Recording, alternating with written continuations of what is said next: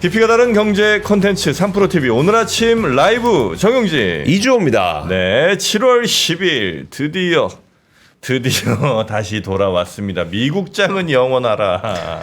와, 보고 드리겠습니다. 대박입니다. 테슬라 22% 올랐습니다. 아, 22%. 하루면 복구되잖아. 하루면 복구된다. 안 할 이유가 없잖아. 왜 걱정을 합니까? 와, 나 깜짝 놀랐습니다. 지수가 한 12%인가? 나스닥이 12% 그죠? 올랐고 S&P 500이 거의 9% 넘게 올랐고 이게 보니까 2008년도가 글로벌 금융위기였었잖아요. 예. 그때 이제 막 회복하면서 반등할 때 그 예. 이후로 거의 최고등 급등이라고 하더라고요. 그렇죠. 와, 하여튼 뭐 원금 뭐 회복하려고 여러분 주식하세요? 저는 그렇게 안 합니다. 예, 왜 원금이 웬 말이에요? 이미 수익권이죠. 예, 하루에 그냥 $270 넘어버리니까. 아, 대단한 미국장. 여튼 뭐 잠시 후에 다시 천천히 소개를 좀 해드리고요. 오늘은 류종훈 기자와 함께 뉴스 한번 보고, 네. 예, 그리고 또 어떤 분들과 함께 할까요? 자, 오늘 그 권순일 취재팀장이 인덱스에서 준비하고 있습니다. 네. 사실 이게 콘텐츠 하는 사람들이 되게 어려운 게 뭐냐면 이렇게 하루가 다르게 뉴스가 바뀔 때가 되게 어렵습니다. 어제까지 준비했는데 이런 일단 권순일 취재팀장이 네. 미국 자동차 관세를 물리면 미국 GM이 결국 울게 된다는 네네. 이야기인데 사실 저는 이게 되게 의미 있게 봐야 된다고 생각하는 게 언제고 다시 트럼프는 또 바뀔 수 있습니다. 네네네. 그래서 이렇게 계속 불확실성이 사라졌다고 보기는 어렵기 때문에 이런 부분들 한번 살펴봐야 될 것 같습니다. 네. 자, 그러면 먼저 류종훈 기자와 함께 뉴스 3부터 살펴보겠습니다. 어서 오십시오. 네, 안녕하십니까. 류종훈 기자입니다. 네. 어서 기분이 오세요. 좋아 보이십니다. 아유, 고맙습니다. 테슬라. 네, 지금 많은 분들 뭐 아마 정프로님이랑 같은 네. 기분이지 않을까 싶어요. 테맨. 아, 네, 태맨. 정말 저도 보면서 이게 코인에서도 보지 못하는 요즘 되게 코인 시장 안 좋으니까 네. 그런 상승률이 나왔는데 바로 보면서 말씀드리겠습니다. 다우지수 같은 경우에는 다우존스 같은 경우에는 7.87% 올랐습니다. 여기 시간대별로 한번 그래프를 보시면 재밌는데 안 좋았어요. 안 좋았거든요. 왜 안 좋았냐면은 어제 중국에서 바로 이제 84% 관세 우리도 똑같이 그럼 부과하겠다 네. 라고 하면서 맞불 때렸잖아요. 그러면서 안 좋다가 갑자기 2시에 발표가 났거든요. 사실 트럼프의 발표는 2시에 났는데 그 전부터 소문이 돌았나 봅니다.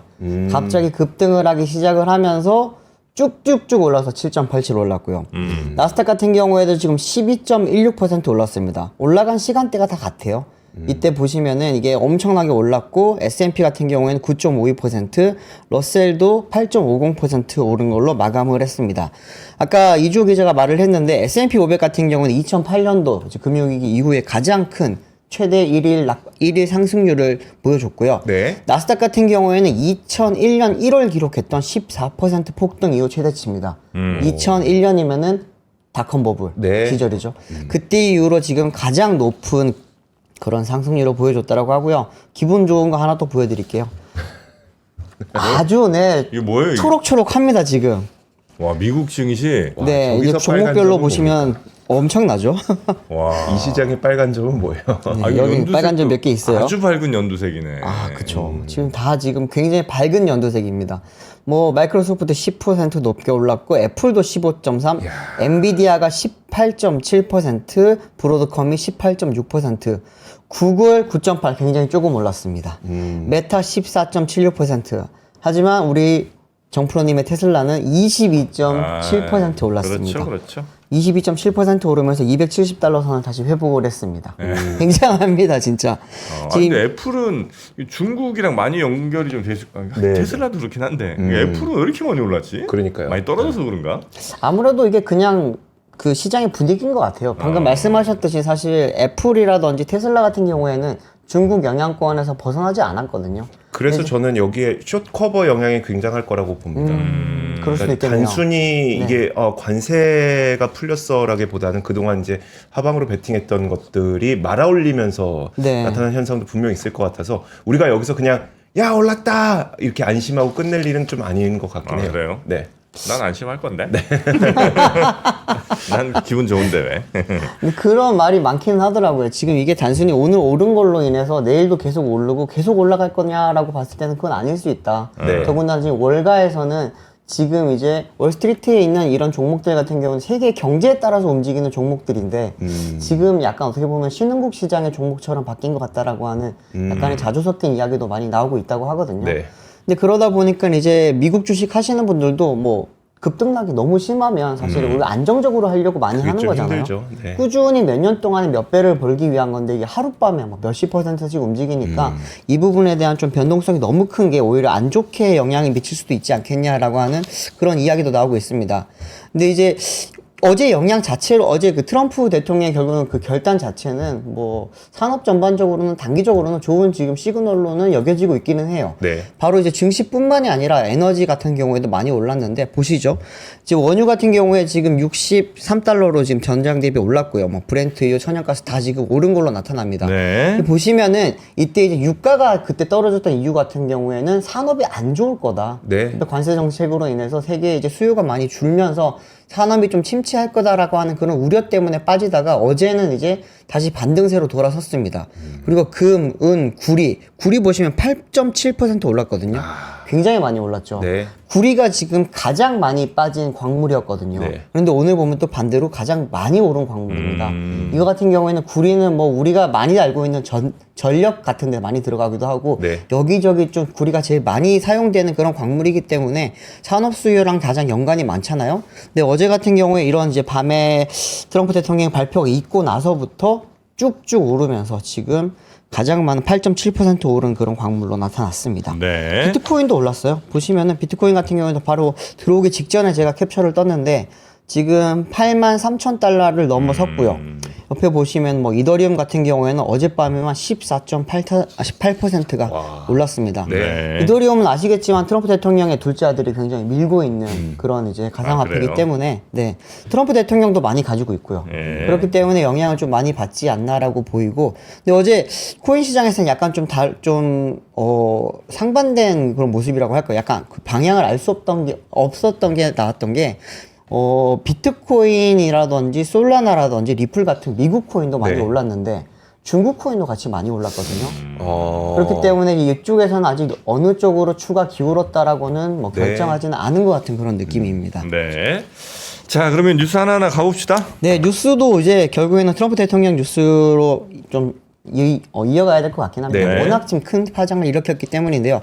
헤드라인 보시면 이제 트럼프가 중국은 관세를 120%로 즉각 상향을 조치를 하겠다. 근데 이제 그 외 국가 같은 경우에는 관세를 10%로 낮추고 또 이제 90일 유예를 시키겠다. 이 90일 유예가 굉장히 컸거든요. 네. 이러면서 아까 보셨듯이 쫙 올라갔던 건데 중국 이게 하나 때려잡겠다 이거죠? 그렇죠. 예. 예전에 되게 옛날 영화인데 주유소 습격 사건 보시면 한 놈만 팬다 있잖아요. 네. 네, 지금 트럼프 대통령은 한 놈만 패겠다라고 하는 걸 지금 보여주고 있습니다. 이거 하나 띄워주시면은 이게 트럼프 대통령이 이제 트럼프 트루스 소셜이라고 하는 그 SNS 있잖아요. 여기에서 지금 보면서 바로 이야기를 했던 건데 이제 중국이 세계 시장이 보여준 경매를 근거해서 미국이 중국에 부과하는 관세를 120%로 이게 즉각 올리겠다라고 이야기를 했습니다. 보시면 이제 이 내용 자체가 우리는 중국만 때릴 거고 나머지 국가들은 지금 굉장히 노력을 많이 해왔고 그걸 이제 우리가 정상 참작을 해서 25% 관세를 10%로 낮춰주겠다라고 하는 이야기를 했던 거고요. 그리고 90일 동안에 이거를 연장을 유예를 해주겠다고 한 거는 조금 더 우리한테 와서 보여줄 거 있으면 좀 더 달라고 하는 그런 신호로도 지금 볼 수 있는 그런 상황입니다. 그렇기 때문에 이제 이걸 보고 나서 그러면 많은 분들이 우리나라는 빨리 움직여야 되냐, 천천히 움직여야 되냐라고 하는 거에 대해서 지금 논란들이 많이 있잖아요. 근데 지금 현재로서는 조금은 천천히 움직여도 되지 않겠냐라고 하는 그런 이야기들이 점점 많이 나오고 있는 상황입니다. 이게 그 125% 관세가 어떻게 이루어졌는지를 조금 보여드리고 싶어서요. 네. 미국이랑 중국이랑 관세 전쟁이라고 할 만큼 지금 굉장히 세게 붙었잖아요. 근데 2월 4일, 3월 4일 여기 보시면 미국이 중국에다가 10%에서 총 20%를 부과를 했습니다. 네. 또 많이들 아시겠지만 여기에 숨어져 있는 거는 펜타닐 그때 이제 괘씸죄가 조금 많이 영향을 미치게 되면서 20%를 때렸던 거고 근데 이제 미국에서 34% 상호 관세를 이제 때렸잖아요. 네. 4월 2일 날 부과를 하고 나니까 이제서 이제 그때부터 중국이 본격적으로 들고 일어났죠. 이러면서 이제 그러면 우리도 34% 맞불 관세 하겠다라고 했더니 4월 5일에 이제 10% 또 이게 발효가 됐고 4월 7일이죠. 4월 7일 날 중국에다가 그러면 니들 50% 상호 관세 때릴 거다. 네. 그랬더니 이제 중국에서도 지금 그러면 우리도 똑같이 50% 받고 그럼 너희도 84, 우리도 84 같이 그럼 84로 한번 붙어보자 라고 된 상황인데 오늘 밤에 아니죠. 어젯밤에 이제 그러면 트럼프 대통령이 니들 125%로 올리겠다라고 했던 거거든요. 근데 엄밀히는 이게 84%였던 건데 기존에 이제 20% 붙어 있었던 게 있기 때문에 네. 104%의 관세가 지금 중국에서는 미국으로 들어갈 때 내야 되는 상황이었는데 104%를 125%로 올렸다라고 지금 보시면 네, 됩니다. 네. 근데 이렇게 되면서 지금 어쨌든 양 국가가 싸우면서 다른 국가들은 지금 새우등이 터지는 꼴은 아니고 네. 약간은 좀 피해 있으면서 우리는 잠깐 니들 옆에 좀 있어라. 우리들 일단 싸우고 너희는 나중에 이야기하자라는 그런 상태가 됐기 때문에 네. 약간 이득을 봤다기보다는 조금 네. 피해를 덜 보고 있다라고 볼 수 있지 않을까 싶습니다. 근데 어제 뭐 여기에 대해서 트럼프 대통령이 왜 이렇게 관세를 갑자기 낮추기로 했냐라고 하니까 트럼프 대통령이 이제 이야기하기로는 사람들이 좀 많이 겁을 먹고 있는 것 같다라고 대답을 했잖아요. 근데 여기에 대해서 사람들이라고 하는 그 사람들 속에 트럼프도 포함이 되는 건지 아니면은 트럼프가 봤을 때 주변 사람들 혹은 이제 자본시장을 상대로 이렇게 애둘러서 이야기를 한 건지는 모르겠는데 지금 뭐 여러 언론에서는 트럼프 대통령도 사실상 본인이 이제 증시가 출렁거리고 지금 이제 경제적으로 좀 많이 압박이 오는 것에 대해서 스스로도 조금 위협을 느낀 게 아닌가라고 하는 그런 해석들이 많이 나오고 있습니다. 본인 생각보다도 아마 조금 더 많이 증시가 빠진 거 아닌가. 그렇죠. 어느 정도 뭐 마이너스 날 건 생각했지만 이 정도까지 막 폭락을 할 줄은 몰랐을 테니까. 네. 그래서 아마 좀 약간 방향을 선회한 거 아닌가 하는 생각도 들고 어쩌면 요 정도 충분히 예상하고 이제 중국을 진짜 미친 듯이 잡기 위해서 다른데 약간 겁먹게 하고 그래서 뭐라고 못하게 딴 데를 다 입 막아놓고 이제 네. 그러고 이제 중국 때리는 건가 이런 생각 들기도 하고요. 네. 네. 근데 좀 바로 며칠 전에 우리가 생각해 보면 그때 트럼프 대통령이 판넬 들고 와가지고 뭐 어느 날에는 49%, 네. 44%막 이야기를 했잖아요. 네. 근데 그리고 나서 갑자기 이게 10%로 동일적으로 상호 관세를 다 부과를 해버리고 90일 연장도 시켜놓은 유예도 시켜놓은 그런 상황이잖아요. 근데 이걸 보면은 굳이 트럼프 대통령의 그런 이제 하루가 다르게 바뀌는 정책에 따라서 우리가 일희일비할 필요가 있을까? 조금 더 우리는 차라리 중심을 잡고 장기적인 좀 전략을 세워서 대응을 하는 게 맞지 않겠냐. 네. 그리고 일단 우리가 먼저 다가가기보다는 거기서 공격이 들어왔을 때 방어적으로 들어가는 게 더 맞을 것 같다라는 그런 이야기들이 좀 많이 나오고 있는 상황입니다. 아무래도 어제 있었던 어제 아시아 시장에서 미국 국채 금리가 급등을 했었어요. 그쵸. 기억나시죠? 네. 아마 그것도 좀 영향이 있지 않았나 싶어요. 누군가 미국의 채권을 엄청나게 매도를 했다는 얘기인데 이거 혹시 중국 아니야라고 하는 설왕설래가 어제 굉장히 많았었거든요. 맞아요. 네. 그 부분도 아마 좀 아무래도 금리를 낮춰서 재정 적자에 대한 부담을 줄이려고 하는 게 트럼프의 정책 방향 가운데 일관된 기조인데 네. 이게 금리가 높아져 버리네. 뭔가 이것도 있지 않았을까? 이런 거는 이제 전문가분들의 분석을 잠시 그쵸. 후에 박병창 이사님과 한번 들어보도록 하겠습니다. 네. 보니까 지금 다른 지표들은 어느 정도 이제 안정세라기보다는 뭐 네. 돌아선 걸로 지금 나타나고 있는데 미국 국채는 지금도 여전히 불안정한 모습을 보이고 있다고 하니까 아무래도 중국의 영향이 좀 있지 않겠냐라고 하는 그런 이야기들이 많이 나오고 있고요. 근데 이제 이거 이제 어제 관세 10% 이야기 나오니까 많은 분들이 약간 헷갈려 하실 수가 있을 것 같은 게 상호 관세가 10%가 되는 거지 기존에 우리가 맞았던 철강, 자동차 등에 부과됐던 25% 관세는 그대로 유지가 됩니다. 그렇기 네. 때문에 이제 뭐 우리나라에서 이제 수출해서 나가는 미국으로 들어가는 이제 자동차라든지 철강 제품에 대해서 여전히 우리는 뭐 불리한 상황이라고 보시면 되고 네. 25% 관세를 그대로 내야 되는 상황입니다. 또 이제 어제 이게 나오고 나서 그러면 중국만 때리니까 우리는 상대적으로 조금은 괜찮아지지 않을까? 라고 하는 기대를 많이들 하고 계시잖아요. 네. 전혀 그렇지는 않을 것 같습니다. 도널드 트럼프 대통령 같은 경우에는 지금 미군 방위비 협상을 아무래도 하려고 하는 것 같아요. 이제 미군 그 해외 나가 있는 미군을 조금은 줄이는 것도 이야기를 하면서 어제 잠시만요. 네. 백악관 집무실에서 진행했던 행정명령 서명 행사에서요. 유럽이나 해외에 있는 미군을 감축할 계획이 있느냐라고 하는 그런 질문이 들어왔는데 이것에 대해서 상황에 따라 다르다. 우리는 유럽에 있는 군에 대해 비용을 내지만 많이 보전받지는 못한다. 이건 한국도 마찬가지다. 이렇게 이야기를 했습니다. 또 이제 그것은 무역과는 관계가 없지만 우리는 그것을 일부러 할 것이고 또 이제 각국에 대한 한 개의 패키지로 다 담는 것이 합리적이기 때문에 좀 우리는 아무래도 좀 지켜봐야 될 것 같다라고 이야기를 했는데 이걸 보면서 이제 결국에는 한국을 향해서 트럼프 대통령이 갖고 있는 시각 자체가 머니머신이라고 하는 게 있잖아요. 방위비가 너무 낮다.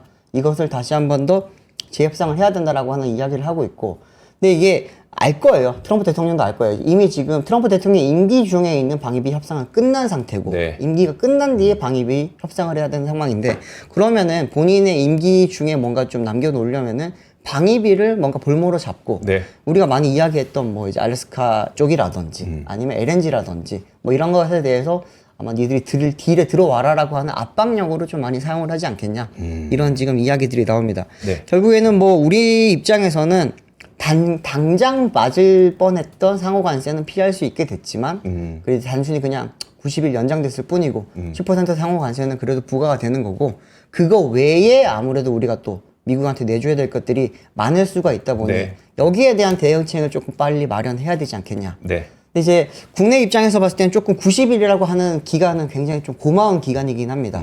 우리가 지금 조기 대선이 6월 3일에 이루어진다고 하더라도 네. 아직까지 우리 지금 좀 시간이 없잖아요. 네. 현재로서는 뭐 한독수 대행이 하고 있기는 하지만 컨트롤 타워로서 역할이 이루어지려면은 진짜 대통령이 좀 들어와야 되는 상황이고 그런 이제 좀 장기적인 그런 플랜을 짜려면은 새로운 정부가 이제 구성되고 난 뒤에 해야 되는 게 좋을 텐데 네. 90일이라고 하는 부분은 우리나라 입장에서는 조금은 시간을 번 상황이기 때문에 나쁘지 않은 것 같다라고 하는 그런 해석도 있습니다. 알겠습니다. 네. 두 번째 뉴스 얼른 가겠습니다. 네, 두 번째 뉴스는 반도체 쪽 이야기인데요. 예, 우리나라가 반도체 탑2가 삼성전자 하이닉스고 근데 이제 1등은 언제나 우리가 삼성전자 이야기를 많이 했잖아요. 네. 뭐 그 1등의 이야기는 사실 D램에 대한 이야기인데 어제 33년 만에 D램 1등이 바뀌었다고 합니다. D램 1등이요? 네. D램 1등은 그러니까 HBM 때문에 그런 거죠? 너무 잘하시는군요, 역시. 네. 맞습니다, 네. D램 1등이 이제 SK 하이닉스가 이제 2025년도 1분기 점유율을 1등을 차지한 게 33년 만에 처음이라고 합니다. 그러면서 이제 처음으로 지금 1등이 바뀌었는데 네. 한번 표 보면서 말씀을 드리겠습니다. 시장 조사 업체인 카운터포인트 리서치에서 발표한 내용인데요. 보시면은 1분기 D램 시장에서 SK 하이닉스의 매출액 기준 점유율이 36%를 차지를 하면서 34%를 차지한 삼성전자를 33년 만에 처음으로 이제 제치고 1등에 올랐다고 합니다.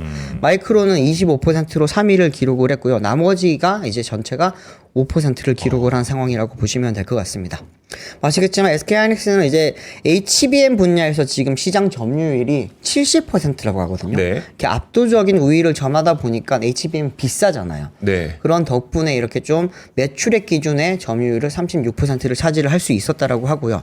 여기 이제 카운터 포인트 리서치의 최정구 수석 연구원이 설명한 거에 따르면은 이번 성과는 SK 하이닉스가 D램 분야, 특히 HBM 메모리의 강력한 수요에 성공적으로 대응한 결과고 이건 뭐 아무래도 큰 이정표가 될 거다 이렇게 이야기를 합니다. 작년까지만 하더라도 삼성전자와 하이닉스 간의 이제 매출액 기준의 점유율 격차가 약 한 11%포인트 정도 낮다고 하거든요. 네. 그때 당시에 삼성전자가 시장 점유율 41%, SK 하이닉스가 30%를 기록을 했었는데 지난해 4분기에는 격차가 2%포인트까지 좁혀졌다고 합니다. 그리고 이제 올해 1분기에 처음으로 지금 순위가 뒤집힌 건데 삼성전자 같은 경우에는 1992년에 네. 시장 점유율 13.5%를 기록을 하면서 도시바를 제치고 세계 D램 1위가 된 이후 네. 33년 동안 계속 지켜오다가 이번에 이제 뺏겼다고 합니다. 이게 삼성전자 쪽에서는 굉장히 좀 큰 타격과 네. 아무래도 정신적 타격이 더 크지 않을까 그런 생각이 들고요. 이게 아무래도 이제 HBM 덕분에 이렇게 됐다 보니까 앞으로 나올 이제 이런 매출액 기존의 점유율도 같은 경우에도 네. HBM이 미칠 영향이 굉장히 클 걸로 보이고요. 또 뭐 현재로서는 SK 하이닉스는 대부분 이제 12단짜리 많이 공급을 하고 네. 있다 보니 당분간은 이 기조가 그대로 이어지지 않겠냐라고 하는 이야기가 나오고 있기는 합니다. 여기서도 이야기하기로는 지금 AI 서비스에 대한 수요가 높아지면서 HBM을 찾는 글로벌 빅테크들이 많아지고 또 이런 수요에 미국발 관세 장벽에도 HBM 시장에는 큰 영향이 없을 걸로 지금 보이기 때문에 2분기에도 아무래도 SK 하이닉스가 계속해서 1등을 유지를 해서 나갈 것 같다라고 하는 그런 이야기들이 나오고 있습니다. 삼성전자는 그러면 빨리 이제 대응책을 마련을 해야 되는 상황입니다. 사실은. 지금 이제 물론 하이닉스 같은 경우에 16단짜리도 이미 좀 뭐 기술 개발은 완료를 했고 시제품도 만들어내고 있다 보니까 계속 앞서 나갈 걸로 보이긴 한데 그렇다고 HBM4 시장을 지금 그러면 삼성전자가 포기할 수는 없잖아요. 네, 그렇죠. 계속해서 지금 이야기를 하면서 보여줘야 되는 상황이고요. 삼성전자 같은 경우에는 엔비디아 공급망의 합류를 빨리 하는 게 지금 급선무인 것 같고 이제 HBM3 8단, 12단 퀄 테스트부터 네. 조금 빨리 넘어가는 게 삼성전자의 이런 주가라든지 아니면은 D램에서의 점유율을 다시 찾아올 수 있는 가장 빠른 방법이지 않을까 싶기는 합니다.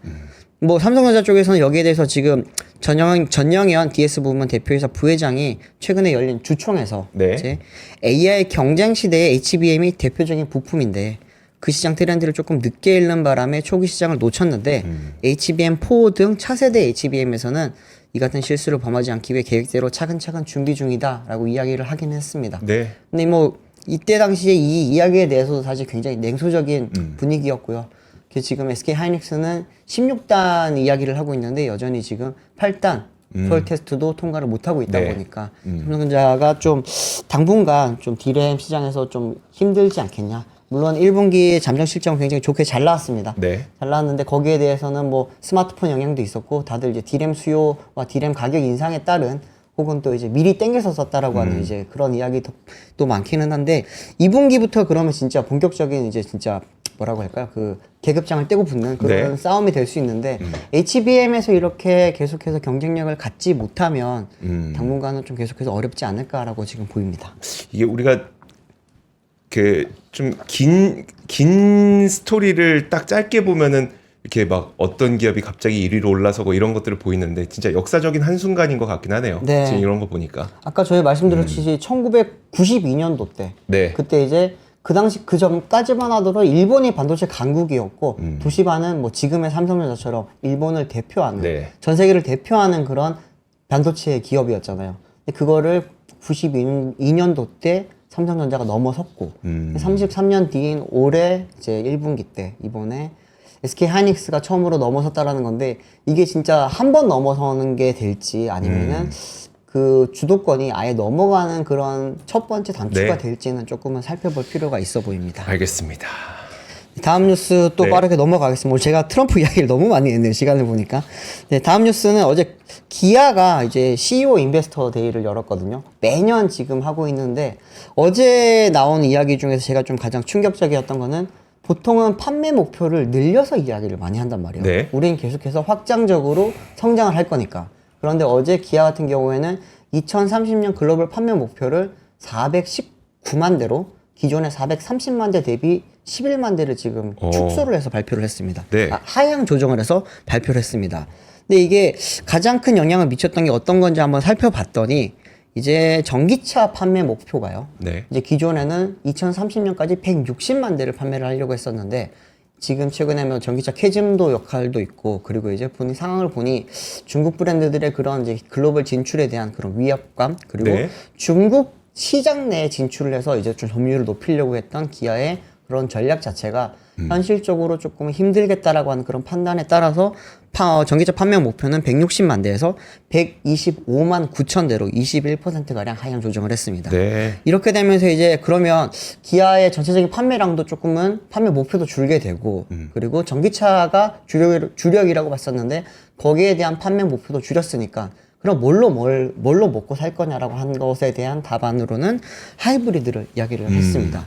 하이브리드 판매 목표는 좀 기존의 88만 2천 대에서 107만 4천 대로 좀 상향 조정을 했는데요.